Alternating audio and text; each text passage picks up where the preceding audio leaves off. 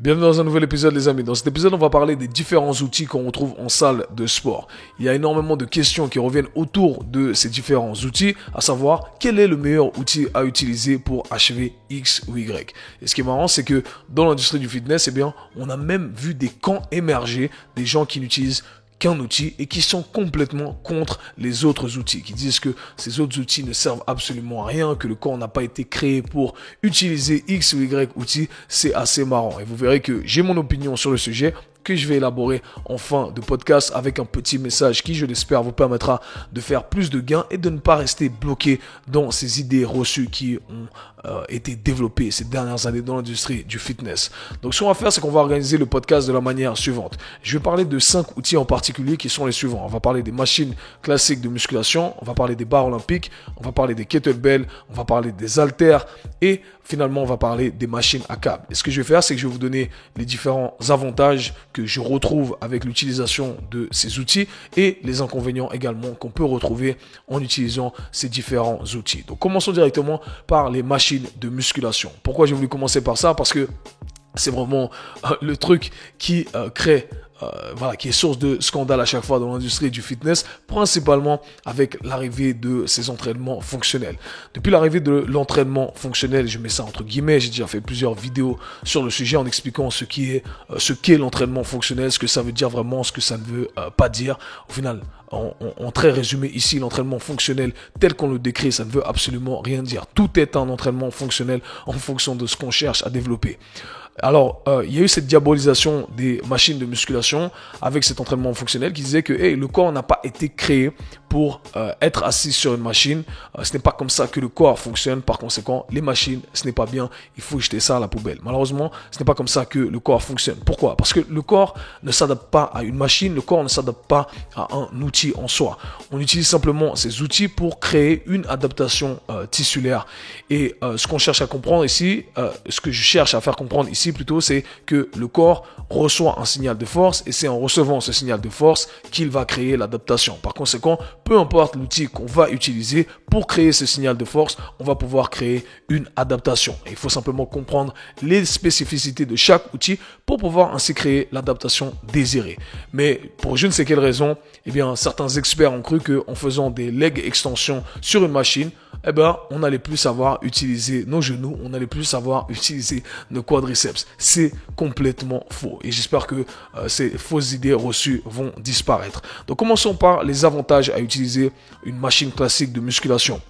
Selon moi, le premier avantage à mentionner, c'est que ça réduit la complexité de l'exercice en nous mettant dans une position propice avec très peu de risque de mal exécuter le mouvement. Donc, du coup, on enlève ce facteur complexité. C'est très intéressant pour tout type de population. C'est très intéressant pour les débutants, les novices qui arrivent en salle de sport, qui ne savent pas vraiment comment exécuter un squat, qui ne savent pas exactement comment exécuter une fente, etc. Là, on se met sur une machine de musculation qui, quelque part, nous guide. Et c'est très intéressant parce que ça va nous permettre d'éviter les compensations éventuelles qui peuvent créer des problèmes et ça va nous permettre de bien ressentir ou de mieux ressentir, parce qu'il y a toujours des détails auxquels il faut faire attention, les muscles qu'on aimerait solliciter. Donc le fait de réduire la complexité, c'est très intéressant. Le deuxième avantage selon moi, c'est que ça amène un sentiment de stabilité. Ça rejoint ce que j'ai dit avant, mais pour compléter le fait que on parlait que des novices et des débutants, c'est très avantageux pour les gens qui sont avancés. Pourquoi? Parce que lorsque notre corps se sent stable, il permet de générer plus de force à travers les tissus sollicités. En générant plus de force à travers ces tissus sollicités, on va créer une meilleure adaptation, un meilleur développement. Et ça va enlever justement tous les facteurs limitants potentiels qui ne nous permettraient pas de créer plus de force. Je donne un exemple concret ici. Imaginons qu'on veuille faire des fentes, on va faire des fentes très lourdes, mais malheureusement, c'est notre grippe qui nous limite. On n'arrive pas à tenir les haltères, tout simplement parce que c'est trop lourd. Du coup, on n'arrive pas à placer le focus qu'on aimerait placer sur nos jambes. Versus utiliser une machine leg press à une jambe, on n'a pas cette limitation-là. Donc, de ce fait-là, on arrive à être plus stable, on n'est pas limité par le facteur stabilité ou manque de force au niveau du grip, etc. Et on arrive à produire un maximum de force à travers ses jambes et au final, c'est ce qu'on cherche à faire. Donc, vous voyez que c'est très intéressant qu'on soit novice ou qu'on soit avancé. Maintenant, les inconvénients concernant les machines de musculation classiques. Selon moi, le premier inconvénient à mentionner, c'est que la structure des machines n'est pas propice à tous les types de corps. Si vous faites 2m10, eh bien, certaines machines ne vont pas être appropriées pour vous. Moi-même qui fais 1m90, 1m90, j'ai du mal à me positionner dans certaines machines. Je ne peux pas utiliser certains angles. Enfin bref, c'est pas super. D'accord? Les machines ont été créées avec un prototype de base, un avatar de base, et tout le monde s'adapte un peu à l'avatar. Du coup, on peut manipuler certains trucs, mais il y a une limite à ça, ok? Je sais que parfois je suis limité par la longueur de mes bras sur certaines machines qui font du tirage, etc. Donc ça pose problème et c'est quelque chose à garder en tête. Le deuxième inconvénient qui me vient en tête ici, c'est que les machines prédéterminent les lignes de tissu qu'on va viser. Bien entendu, les machines sont guidées, donc il y a un chemin bien précis qu'on cherche à viser. Et malheureusement, ça ne permet pas de créer du changement dans notre mouvement. Okay? Imaginons que j'utilise une machine en chest press, donc une machine où je cherche à pousser, eh bien le chemin est prédéterminé. Mais imaginons que ce chemin-là crée une gêne au niveau de mon épaule. Malheureusement, je n'ai pas la capacité de manipuler mon épaule dans l'espace pour pouvoir viser d'autres lignes de tissu qui, elles, ne vont pas causer de problème. Donc ça, c'est quelque chose à garder en tête. Donc vous voyez, il y a des avantages et il y a des inconvénients. Gardez tout ça en tête. Maintenant, parlons de la barre olympique ou des différentes barres. Il y a plein de barres et je vous invite à varier l'utilisation de différentes barres que vous allez utiliser. Safety bar, les barres classiques, voilà. Il y a plein de barres à utiliser. Quels sont les avantages? Eh bien, le premier avantage que je vois ici, c'est que ça permet de produire un maximum de force à travers les tissus recherchés de par la stabilité qui est créée quelque part à travers la répartition égale qu'on va retrouver d'un côté et de l'autre côté. Vous verrez que c'est beaucoup plus facile de prendre une barre olympique de 20 kg que de prendre un meuble de 20 kg sur lequel vous avez du mal à ajuster vos mains, vous ne savez pas vraiment comment porter ce meuble et tout d'un coup il a l'air beaucoup plus lourd. Donc le fait d'avoir une barre, le poids est bien réparti, etc. Ça amène ce sentiment de stabilité. C'est beaucoup plus simple du coup de produire un maximum de force à travers les tissus qu'on cherche à créer. Et ça c'est très intéressant. Le deuxième avantage selon moi, c'est que c'est un des meilleurs outils pour tous les exercices du bas du corps. Pour les squats, encore, on peut trouver certaines variantes qui sont très intéressantes, mais pour les soulevés de terre, les variantes de soulevés de terre, selon moi, ça reste quand même un des outils les plus intéressants. Okay? Même pour le squat, si vous utilisez différentes variantes de barres, eh bien, ça devient très intéressant.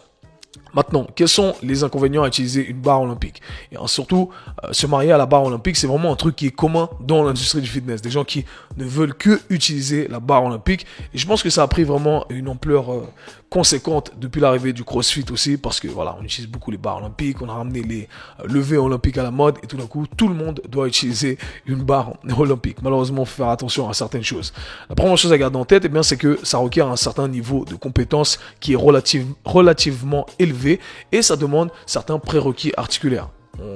On dit que tout le monde doit être capable de faire des squats avec une barre sur son dos. Malheureusement, non. Okay? Certaines personnes ne peuvent pas mettre de barre sur leur dos, tout simplement parce qu'ils ont un historique de douleur au dos. Du coup, barre sur le dos, mauvaise idée. J'ai fait une vidéo également sur ma chaîne YouTube en expliquant que souvent, on est limité au niveau de notre back squat, non pas par le bas du corps, non pas par la colonne vertébrale, mais par la mobilité de nos épaules. Okay? Donc, vous voyez que là aussi, on a besoin d'avoir certains prérequis articulaires pour pouvoir se mettre dans les positions et exécuter le mouvement désiré. Donc, pas tout le monde peut faire du back squat avec une barre olympique sur son dos. C'est là qu'il y a d'autres barres qui sont avantageuses. Je l'ai mentionné auparavant, la safety bar. En l'occurrence, vous savez, c'est une de mes barres préférées. Quoi qu'il en soit, il faut respecter la capacité articulaire de chaque personne et malheureusement, les barres ne donnent pas beaucoup de flexibilité à ce niveau-là. Maintenant, le deuxième inconvénient selon moi, c'est que ça donne moins de variabilité dans le mouvement que les haltères. Je reprends le même exemple avant qu'on a mentionné avec les machines. Et bien, si je fais un exercice pour le développé couché, avec la barre, je peux manipuler un peu mes épaules, bien entendu. Je peux changer différemment les angles, mais pas autant que si j'utilisais des haltères. Donc encore une fois, en fonction de ce que vous cherchez à faire, en fonction de votre historique de blessure, eh bien, il sera intéressant de choisir plutôt un outil que l'autre outil. Continuons ici avec les kettlebells. Les kettlebells aussi, c'est un camp que je retrouve dans l'industrie du fitness, des gens qui ne font que du kettlebell. Ils disent non, le kettlebell c'est le meilleur outil. On n'utilise que le kettlebell. Ça me fait bien rire à chaque fois que je vois tout ça. Parce que le kettlebell c'est un truc que j'utilise depuis longtemps. J'ai fait ma formation Strong First à l'époque et franchement c'est stylé. J'ai appris ça avec le gars qui a ramené cette science du kettlebell, Pavel, aux États-Unis, d'accord, c'est un outil russe à la base et c'est un très bon outil. Donc, quels sont les avantages selon moi et comment moi je l'utilise? Je trouve que c'est un très bon outil à utiliser pour certains mouvements explosifs de par son design. Donc, le kettlebell, on a une boule au bout, ça rend les mouvements dynamiques beaucoup plus accessibles et plus faciles à exécuter, d'accord. Et surtout, ce qui est intéressant, c'est que bien entendu, on peut utiliser des mouvements dynamiques avec n'importe quel outil, mais comme je l'ai dit, le design de cet outil facilite le tout et ça facilite aussi le fait qu'on peut utiliser ces mouvements explosifs unilatéralement. Okay? Contrairement à une barre où on doit avoir à chaque fois les deux mains, et bien là on peut faire justement ces mouvements de manière un peu plus dynamique à une main uniquement et ça c'est très intéressant. Maintenant c'est un outil qui est également très confortable pour certains mouvements contrairement aux haltères. Encore une fois, de par son design. Je pense ici par exemple au mouvement de presse au-dessus de la tête. Lorsqu'on va presser au-dessus de la tête, c'est beaucoup plus confortable d'avoir le kettlebell posé en position front rack que d'avoir deux haltères. Si on va faire des front squats avec deux kettlebells, c'est beaucoup plus confortable que faire des front squats avec deux haltères. Donc encore une fois, quelque chose à garder en tête. Maintenant, les inconvénients. Eh bien, de la même façon que ça peut être très confortable pour certains exercices, ça peut être très inconfortable pour d'autres exercices. Aussi simple que ça. Maintenant, aussi ce qu'il faut garder en tête, c'est que j'ai mentionné que le kettlebell est un très bon outil à utiliser pour des mouvements explosifs, mais ça demande un certain apprentissage, ça demande un certain niveau de complexité. C'est très difficile à maîtriser les mouvements de kettlebell. Lorsqu'on parle du kettlebell snatch, lorsqu'on parle du kettlebell swing, tout ça, ce sont des mouvements qui sont très complexes. Il faut vraiment les maîtriser et souvent, on voit les gens les exécuter, mais voilà, c'est très mal fait et du coup, on n'arrive pas à en tirer les bénéfices. Donc, très important de bien maîtriser la technique pour pouvoir en tirer les bénéfices. Passons maintenant aux haltères. Les haltères. Avantages et inconvénients. Premier avantage des haltères, eh bien, c'est que, comme je l'ai mentionné jusqu'à maintenant, ça permet d'ajouter de la variabilité dans notre mouvement. Contrairement à une barre, contrairement à une machine, etc., etc. C'est avantageux pour ceux qui ont des douleurs, mais pas seulement. C'est avantageux parce que ça nous permet de viser différentes lignes de tissu. Okay? En fonction de comment je vais placer mes épaules dans l'espace, quand je vais faire mes exercices où je pousse, où je tire, eh bien, je ne vais pas viser exactement les mêmes tissus. Et du coup, le fait que j'ai cette flexibilité avec les haltères, c'est très intéressant. Et c'est quelque chose qu'on ne va pas retrouver ailleurs. D'accord? Donc ça, c'est vraiment cool. Et le deuxième avantage, selon moi, c'est que ça requiert un niveau de complexité qui est très bas. D'accord? Pas besoin d'être très avancé dans le monde du fitness pour utiliser des haltères et faire des exercices avec les haltères. Donc ça, c'est vraiment cool. C'est vraiment là où on peut commencer avec des débutants. Maintenant, les inconvénients. Les inconvénients, c'est que ça demande un niveau de stabilité qui est relativement plus important. Et c'est exactement pour cette raison-là qu'on arrive à porter moins de charge lorsqu'on va faire un développé couché avec haltère plutôt qu'un développé couché avec la barre. Okay? Pourquoi? Parce que on est beaucoup moins stable et le fait qu'on doive se battre pour être stable, eh bien, ça nous permet de générer moins de force. Aussi simple que ça. Okay? Donc, pour les débutants, c'est quelque chose à garder en tête, bien entendu, et à savoir manipuler en fonction de l'intensité que vous cherchez à produire ici. Et le deuxième inconvénient que j'ai noté ici, c'est que certains exercices ne sont tout simplement pas appropriés avec des haltères. Faites des front squats avec deux haltères, c'est horrible, c'est chiant, c'est pas confortable, en fin de mouvement on n'est pas très bien posé, éventuellement si on arrive à les poser sur nos épaules, ça fait un peu mal, donc voilà, pour moi c'est vraiment pas l'outil que je choisirais pour ce genre d'exercice. Passons maintenant à nos machines à câble. Les machines à câble que j'affectionne particulièrement pour plusieurs exercices, mais principalement pour les exercices d'isolation, je dirais. Je pense que c'est vraiment le meilleur outil à utiliser pour les exercices d'isolation. Lorsque vous allez faire des exercices d'isolation pour les pectoraux, que ce soit pour les triceps, que ce soit pour les biceps, etc., etc. Principalement pour le haut du corps. D'ailleurs, j'y viens. Alors, premier avantage ici à utiliser des machines à câbles, eh bien, c'est que ça permet d'avoir une certaine tension continue sur une plus grande amplitude de mouvement versus utiliser des haltères où on doit se battre contre la gravité et en fonction de comment on se positionne dans l'espace, eh bien, il y a des amplitudes de mouvement qui ne sont pas actives. Ok, donc là, avec la machine à câble, on a accès à une plus grande amplitude de mouvement qui est active. Encore une fois, il faut savoir se positionner dans l'espace pour pouvoir profiter au maximum de cette amplitude de mouvement. Ce qui est bien également, c'est que ça permet de rajouter de la variabilité dans son mouvement. Contrairement aux machines guidées où on a un chemin prédéfini, eh bien là, on peut choisir le chemin qu'on va utiliser. C'est très intéressant également parce qu'on peut varier les angles qu'on va utiliser, on peut se positionner différemment, viser différentes directions, etc., etc. Donc la machine à câble, franchement, je pense que c'est l'outil qui offre le plus de variabilité dans notre mouvement. Donc très intéressant de ce point de vue-là. Maintenant, les inconvénients.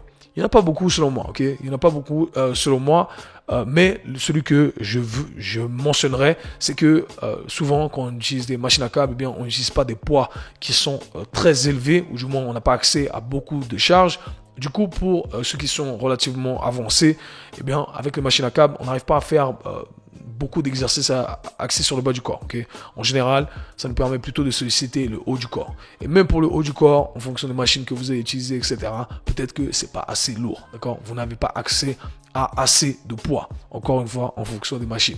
Mais encore une fois, les machines axées sur machines à câble sont plutôt axées sur le haut du corps. Selon moi, donc pour le bas du corps, c'est un peu un truc qu'on veut laisser de côté. Donc, on a fait le tour ici des différents outils qu'on va retrouver en salle de sport.